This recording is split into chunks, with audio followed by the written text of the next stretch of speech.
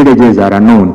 So the elections in the village will take place and the election in the parish will take place. Meanwhile, local government will go ahead to determine where the parish falls, whether it is Kabarore or Ntoroko. People are aware.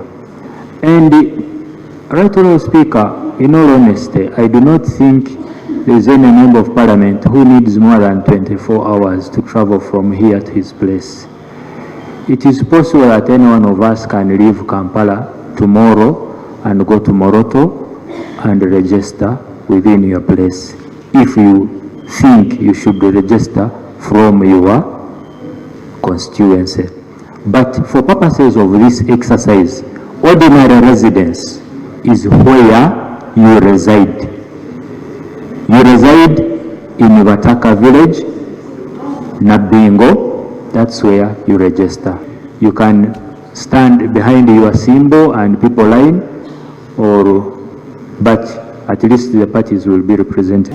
Buli mwezi omwaka gye 12 naye ate era ekyennaku ekikwasa ennaku n'ekikaabya nti era gavumenti eganye n'okusasula abantu abo nti essaawa era abamu bagenda kuvaako abalala bagenda kuddako naye n'abagenda bagenda nga tebalina ssente babanja gavumenti. Kiswaza gavumenti okuba nti omuntu agibanja emitwalo 24 omuntu agibanja emitwalo 12 oba omuntu agibanja emitwalo 3.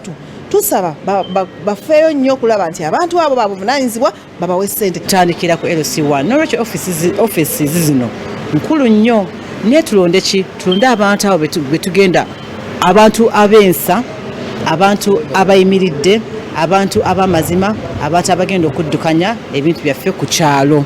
Naye mbasa Omutesitesi omukulu mu yafesi yasaba minisita